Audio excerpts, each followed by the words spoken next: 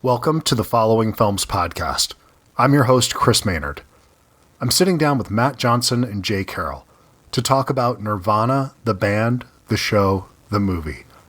If you followed their journey from the early web series days to the cult hit TV show, you know the drill. Two guys, zero songs, and a delusional obsession with booking a gig at the Rivoli in Toronto. This time around, the stakes are hilariously high. We're talking skydiving into the Skydome, accidental time travel fueled by a discontinued bottle of Orbitz soda, and a DIY mission to 2008 that is as heartfelt as it is ridiculous. It's a brilliant mix of guerrilla filmmaking and high-concept adventure that you have to see to believe. So make sure to check your local listings for showtimes. But before we jump in, if you enjoy the conversation, please remember to leave a review and subscribe. It really helps the show grow. I hope you enjoy the show. Thanks. Hey, Matt. Hey, Jay. How you guys doing today? We're great. Good to see you. That's a hell of a collection you got back there. Oh, thank you very much. Do you guys still do physical media or? At my office. Like physical media. You like physical media? I have a huge movie collection. And when I was young, it was kind of the beginning of my cinephilia, was collecting DVDs. I loved it. I was an obsessive. I think I still am in the middle of that. I assumed I would grow out of it. I'm 50 now, so I don't think that's happening. It's just going to stick with me.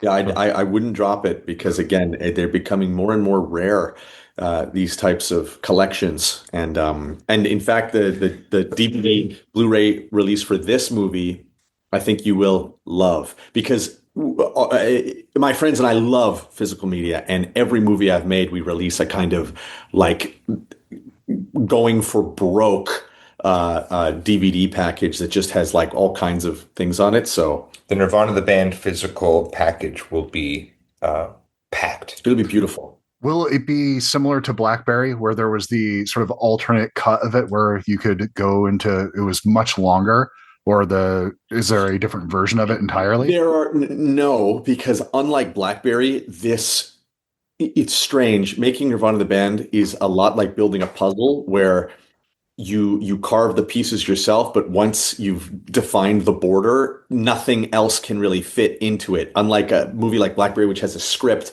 and at some level you could add more to certain pieces and it would still make coherent sense.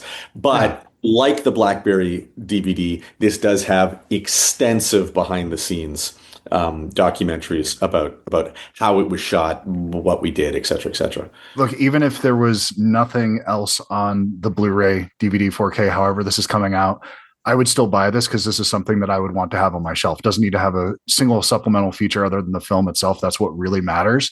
And this is one I want to revisit for years to come. I think this is a great film. It's a lot more than a nostalgia piece that's looking at Back to the Future or riff on something like that. I think you've told a really poignant film about friendship in a way that I think people might overlook. I think this is a really, really funny, entertaining film, but it actually has something to say at the same time. You flatter us, Christopher. Thank you. That means a lot. I got to tell you, the things that Jay and I are interested in the world of Nirvana the band is almost exclusively how these characters can emotionally impact one another, way more than what is funny. And I think the only things that make the movie funny are the fact that these characters, the stakes for them is the friendship. Yeah. Well, it's so... There's always a moment in a film that I love where it'll deviate from the expected path of what I was hoping or wanting from the film. And you do that here in a way that I don't want to give anything away, but when the friendship is in peril, I guess, and you see what could have been if they wouldn't have had their friendships with one another, mm-hmm. It could have been a very positive experience for both of them in their own ways. Instead, it was hell. But they realize it's empty though, in a way. And it's this thing, maybe not for both. There's the idea of what success could have looked like, but then there's the other side where it's just really beyond anything. These two people, they love one another and need each other in their lives. And what might feel like it's holding you back is actually giving you strength and power. Yes, exactly. And do they need to redefine what they thought success means? Isn't that what aging is? I think when you start getting older, you start it's the things that you thought were really important when you were 20 it's wildly different when you're 30, when you're 40. In each decade, it seems like it changes dramatically, and it gets simpler and simpler as you go on. And to what you really understood the whole time was probably what you understood at birth. It was just your family, your heart. That's all that really mattered in the end. The people who know you. Yeah.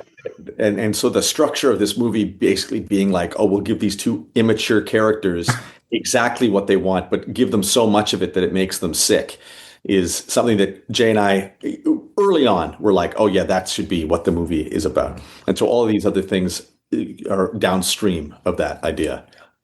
Could you talk a little bit about how you did the CN Tower stuff?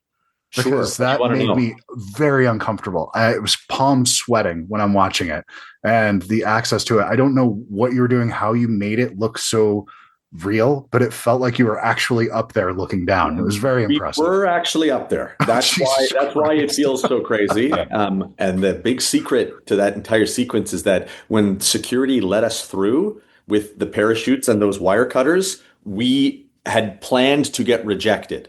What our outline that we'd written already had us getting rejected at security and us coming up with a different plan to get into the Skydome. And so everything that you're seeing after that is us, I won't say improvising because it didn't happen in a real time way, but It's us trying to figure out, okay, so how are we actually going to do this?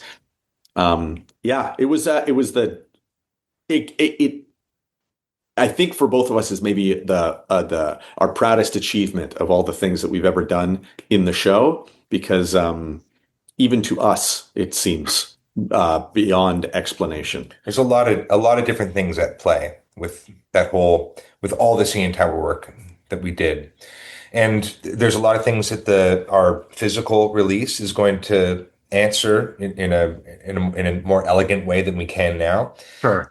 And it's also going to be a way that we can explain it with a little more safety, because not everything we do is perfectly legal. So we're in the gray area. Makes sense. I mean, there's stolen shots in here, those kinds of things where you're just it has that feeling and energy of the things I made when I was in college, my friends doing something on the weekend, but it's so polished and elevated above that it has this other thing where how did they pull this off? Because at times it feels like something that is just people, let's get in the garage and we're gonna form a band this weekend. This is the thing we're doing. It has that energy that I love. It's putting on a play with your friends in the summertime. Yeah, that's well said. Yeah, it does feel like putting on a play. You're right. It's the way that kids will have a project that appears almost spontaneously and cannot ever be viewed as a failure or a success, because the very fact that it happened is a kind of miracle to the adults watching. And combining that, I think all that you're watching, because this is such an astute question. The only thing that is different between you and your friends in that college dorm room filming something and this is that we applied a kind of Hollywood 3-act structure to it. And that it's the interaction between these characters growing and changing and kind of going through the rote beats of a hero's journey, combined with the aesthetics and approach of a like punk independent, whether it's a theatrical play or a Tom Green video. It's colliding those things together that gives it a sense of, whoa, how did they do this? When the truth is, how we did it is you're literally watching it. Like, we just did everything that you see and then applied a Hollywood movie structure on top of it to give it a feeling of containment. No, that makes perfect sense. And what ends up happening is this thing where there's all these familiar elements that are being combined together, but you're making something wholly original when you're doing it, because there's structure that's familiar. And then there's the sort of the cinema verite elements to it where you're like, I've seen elements of these also, but the way you're putting it together though is telling something that's completely unique. And it's something while I've seen elements of this before, I've never seen a film exactly like this before. And considering how many callbacks you have to other things, this is so much more than homage. And I hope it doesn't get shortchanged to that. Well, look, at a certain level, we are making mass media that's intended to superficially just be read as a comedy. Sure. So it's not going to break our hearts if people aren't following the same train of thought that you are. But it is extremely gratifying to hear that at the very least, it is having the same effect on you that it has on us, which is exactly this of.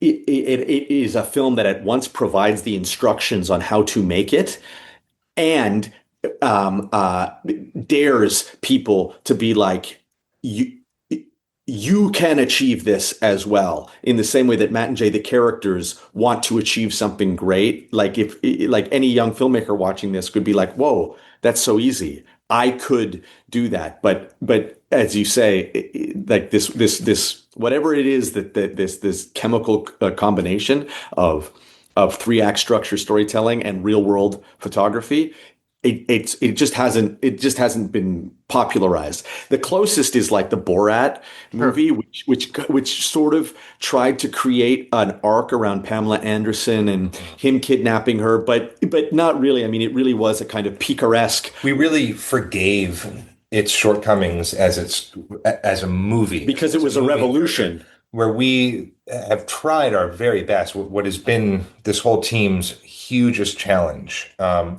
probably biggest accomplishment to date is, can this be a movie first? Can this actually be a movie? Yeah. Can it feel and deliver you our conditioned movie experience? Which is in some ways trying to imitate the feeling that you brought up of a bunch of young people getting together and saying, let's be in a movie. And when you're a kid playing and you say, I'm Robin Hood, that's true. You really do become this role, even though you do not have the sophistication to behave exactly like him or to go through a story the way that Robin Hood really would. And so all this is doing is basically adding the almost superficial layer of, no, this really is a real movie on top of the childhood fantasy of I want to be in a movie. Well, you do. And I know we're at time, but I want to leave you with this. And the thing that you do here that's deceptive is it looks easy and it looks like you could do it, but making things look easy takes an incredible amount of skill. When you make these things are not everybody can do this, but I think you're going to inspire a shit ton of people to go out and try. And that's all that really matters. I hope they don't get hurt. I'll return with a quote that I heard describing this film that blew my mind because it was so true. And it is another way of saying exactly what you did. Most magic, live magic, blowing audiences away, is nothing more than an audience not believing that anybody would spend the amount of time that it would take to learn how to do what they're seeing. And so Absolutely. It's a kind of bargain where they're like, well, it's unreasonable for them to have spent this much time doing this. And so it must be magic. And so it must be magic. And that really is all it is. We learned it from Jackie Chan.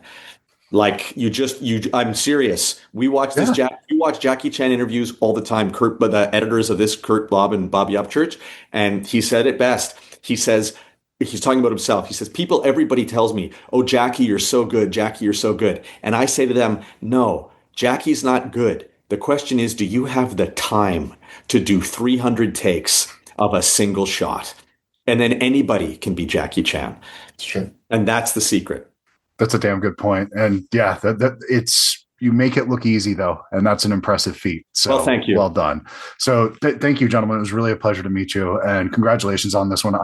I can't wait for the next one. I'm just a greedy American consumer and I want the next one, whatever it is. So you got it. Well, we'll get to work on it right away. Thank you guys. I appreciate it. Christopher. Take care, guys.